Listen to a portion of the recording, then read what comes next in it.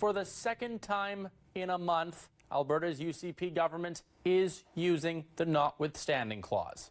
This time to push the legislation passed last year impacting transgender youth. It includes banning gender assignment surgery for anyone under 18, banning puberty blockers under 16 for gender reassignment, requiring parental consent for name and pronoun changes in schools, opt-in sex education, and confirming a girl's gender to compete in school sports.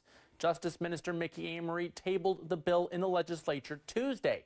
It was a bit of a surprise after it was delayed Monday. Bill 9 will invoke the notwithstanding clause in the Canadian Charter of Rights and Freedoms, the Alberta Bill of Rights, and the Alberta Human Rights Act. Parts of the laws were being challenged in the courts. Two LGBTQ groups were arguing changes to health care were unconstitutional and a threat to the health of gender-diverse youth. When you pass laws that fundamentally restrict how somebody is able to access health care, how somebody is able to access education, how somebody is able to access sports, you are taking away building blocks that build belonging, that build community, that build resiliency. A judge put a temporary injunction in until the case can be heard.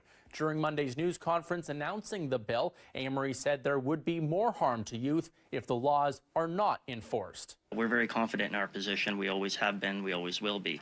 But there is a process in place that can take years to resolve. We know that the courts may take a number of years. We know that we're in litigation on any number of cases that go through the court system and take a long time to be addressed. The Premier also defending the use of the notwithstanding clause. After using it to end the teacher strike, Danielle Smith says in this case, it's about letting kids make this decision at an appropriate age. We don't believe it's in the best interest of children to delay for years before a court ultimately makes a decision. We want to make sure that kids' right to be able to have children of their own one day is preserved.